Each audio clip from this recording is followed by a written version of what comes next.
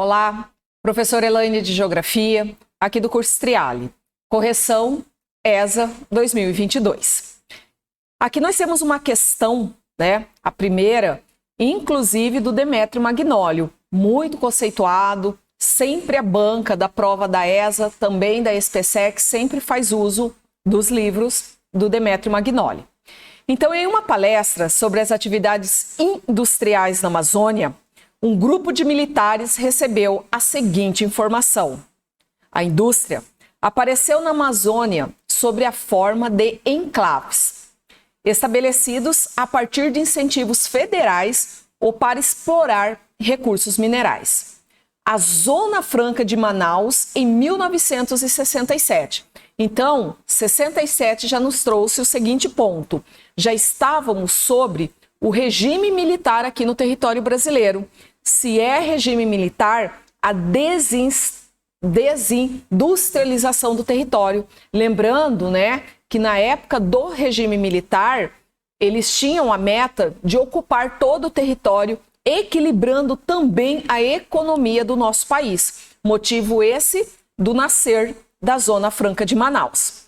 Então, sobre a forma de supervisão da Superintendência da Zona Franca de Manaus, a SUFRAMA, e tornou-se o mais importante enclave industrial da região. Ele ainda, Demétrio, no livro, ele coloca da região, não em todo o território brasileiro.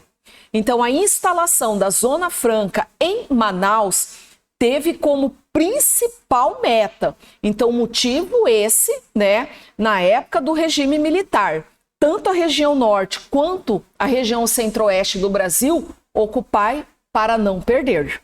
Então, inclusive, ele coloca ali como principal meta. Então, a letra A, criar um foco industrial fortemente ligado ao mercado consumidor da região. Não pelo contrário, A Zona Franca se instalou lá, não só ocupai para não perder, mas lembrando também que a economia do estado torna-se mais forte. Então, essa letra A não convém como resposta. Letra B, criar um expressivo centro industrial para reforçar o poder nacional da região, como sempre falamos em sala, Ocupai para não perder, Então, reforçar o poder, nacional na região para não perder aquela magnitude de área. Então, aqui já temos aí como correta a questão da letra B, mas não a C, por quê? Intensificar a arrecadação regional com a cobrança de impostos sobre importações. Lembrando, que quando uma indústria se instalava, pelo contrário, eles minimizavam ou nem cobravam num primeiro momento a questão dos impostos aí. Por isso a letra C não está correta. Letra D, atrair empresas nacionais para a fabricação de bens de consumos não duráveis. Lembrando que a meta da Zona Franca de Manaus não leva em consideração aqui no primeiro momento não duráveis, pelo contrário, bens duráveis. Inclusive as primeiras indústrias da moto, inclusive as motos japonesas, quase que todas elas, fabricação na Zona Franca de Manaus, por isso não duráveis, por isso a letra D não está correta. Letra E, criar um polo de produção de alimentos a partir dos recursos da floresta. Essa daqui também não convém, Lembrando também que essa produção dos recursos da floresta foi bem depois. Por isso nós temos como correta a letra B. Mais uma questão da ESA, referente a problemas ambientais aí. Nesse caso, gente, a imagem, uma imagem aí em preto e branco, mostrando a figura 1, mostrando a figura 2 aqui, na realidade é a mesma. A questão, ela nos traz: as figuras retratam um problema ou fenômeno climático. Se coloca problema, Então, mais a ver com a questão da ação antrópica aí. Então, problema ou fenômeno climático urbano que afeta diretamente a vida das pessoas, principalmente durante o inverno. Aí ele ainda nos traz. A imagem representa. Se ele coloca que é um problema urbano, a questão da letra A, ilha de calor. Lembrando, que a ilha de calor, ela não condiz com a imagem E a ilha de calor é a temperatura, né, que se diferencia de uma área muito urbana para uma área muito afastada, ou seja, centro, periferia, ou uma cidade muito urbanizada, com um trânsito carregado, neste caso, como a cidade de São Paulo, né? Então, ilha de calor não convém com a imagem aqui.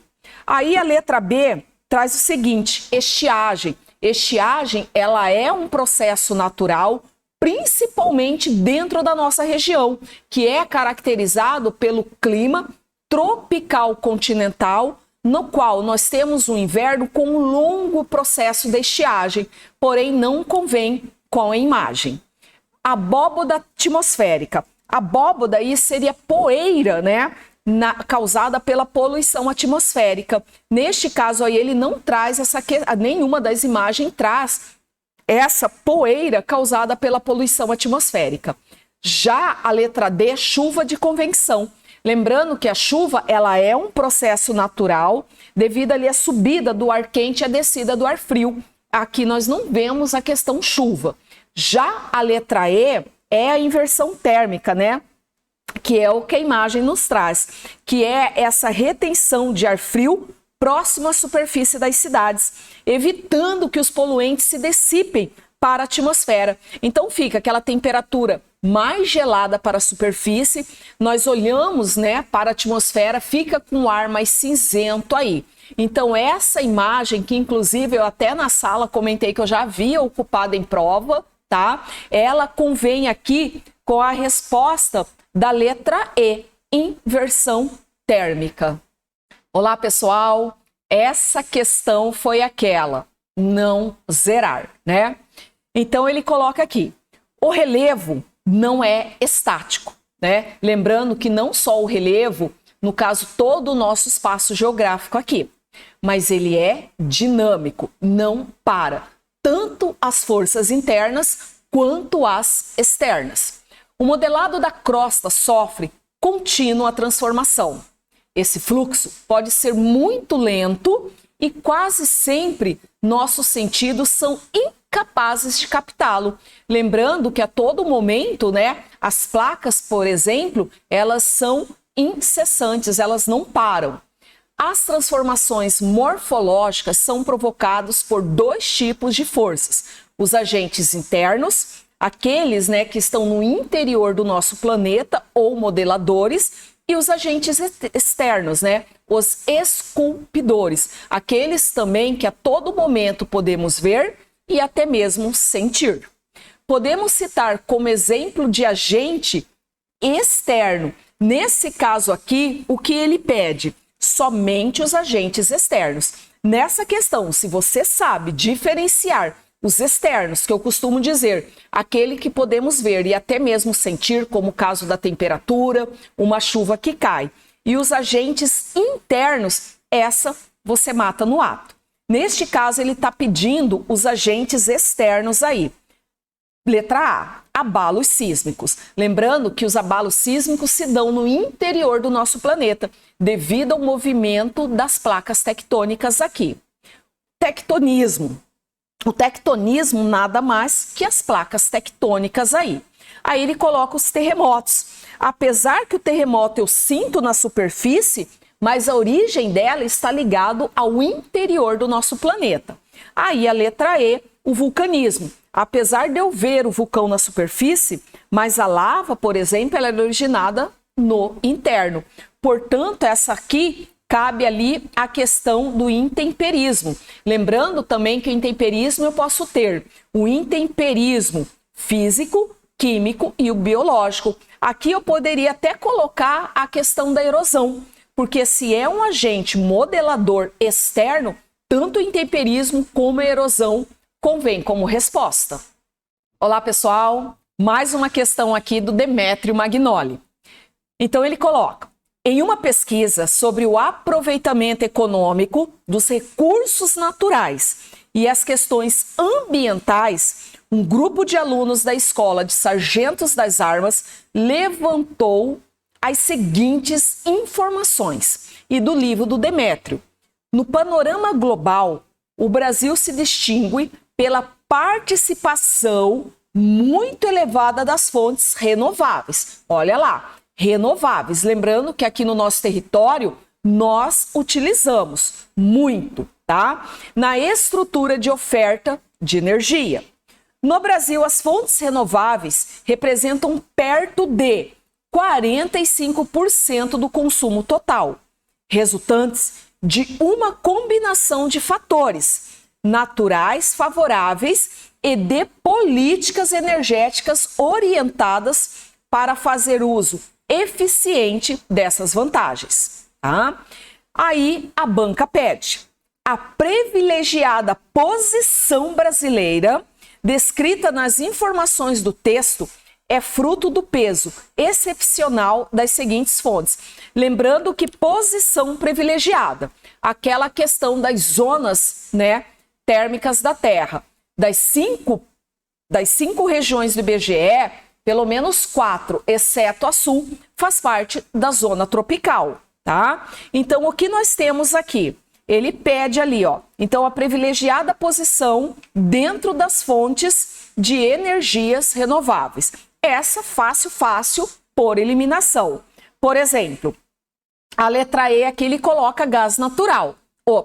Gás natural, petróleo e carvão mineral, as fontes aí não renováveis. A letra D, carvão mineral, fonte não renovável, e no Brasil aqui nós não temos uma grande e expressiva, né?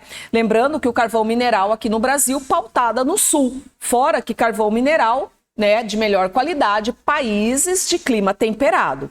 Energia nuclear, nesse caso, né, coloca o Brasil aí com não tão uso assim, tá? Xisto também não, portanto, a letra E, DCB, já elimina, colocando o Brasil aqui, né, com uma energia hidráulica e também a biomassa principalmente das lavouras de cana-de-açúcar. Portanto, nesse tópico aqui, só cabe a letra A. Olá, uma questão aqui também, simples apesar do tamanho da questão, como muitos alunos falam, né? Lá vem uma questão de Enem.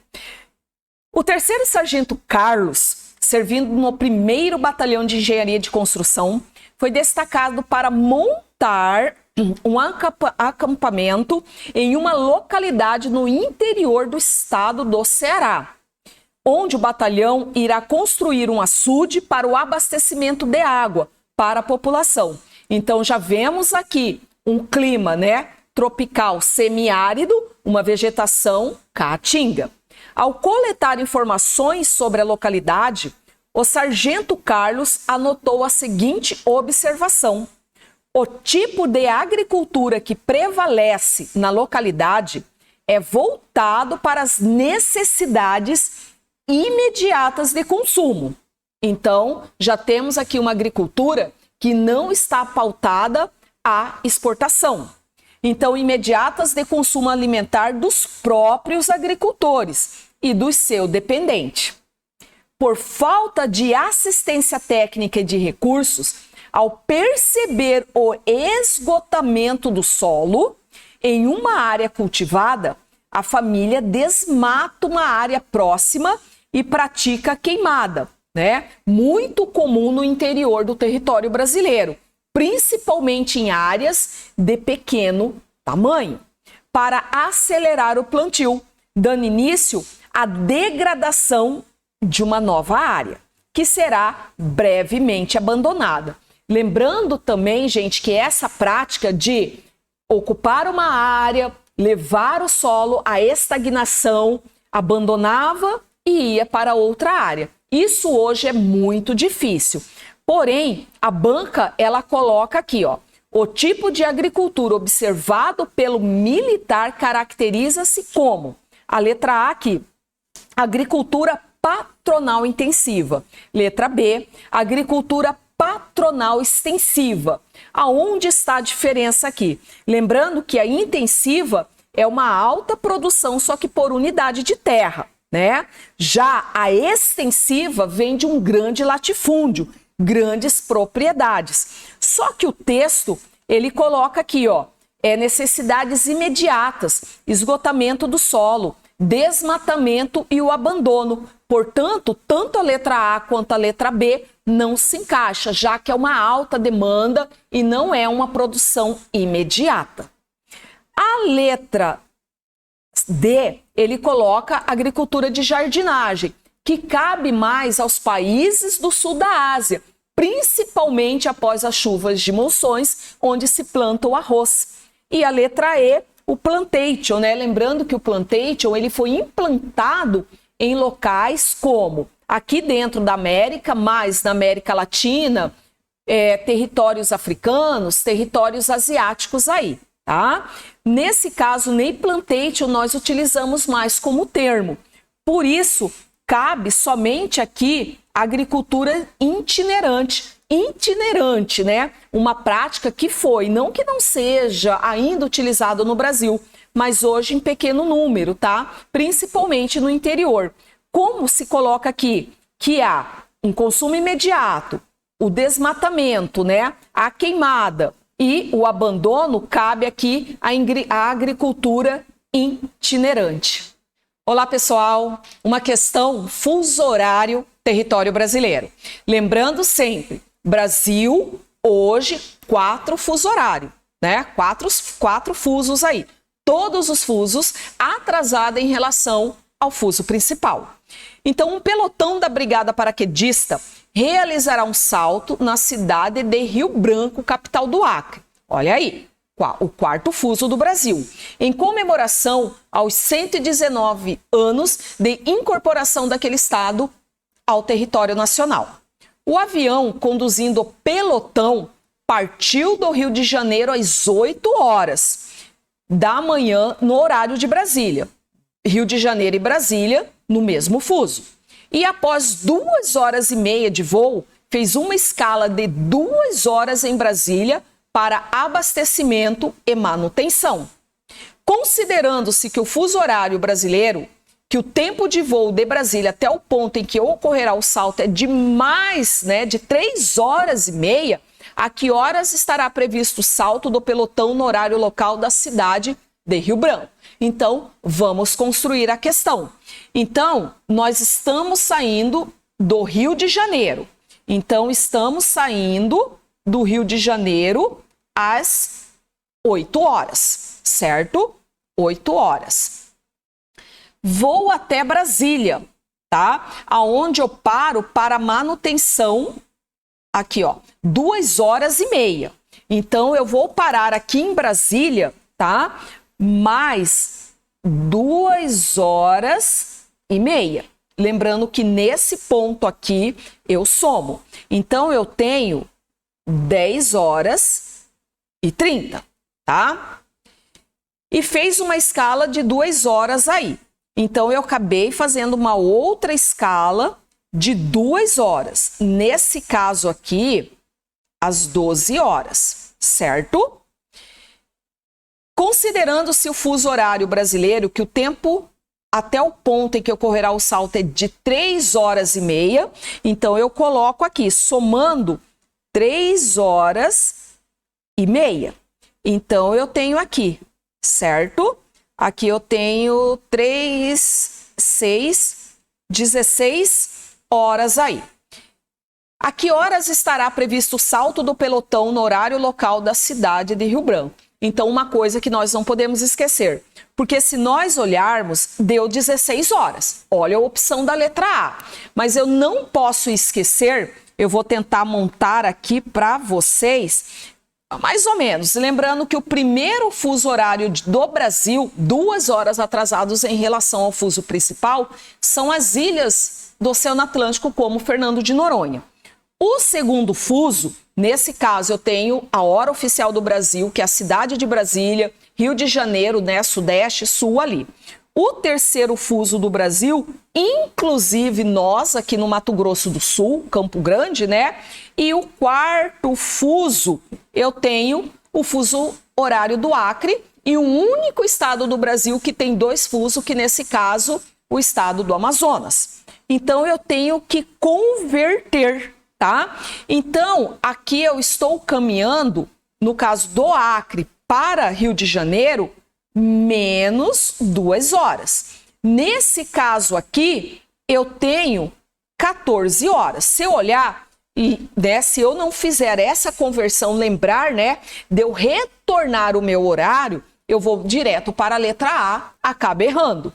Aí, nesse caso, como 14 horas, eu tenho a opção da letra C. Beleza?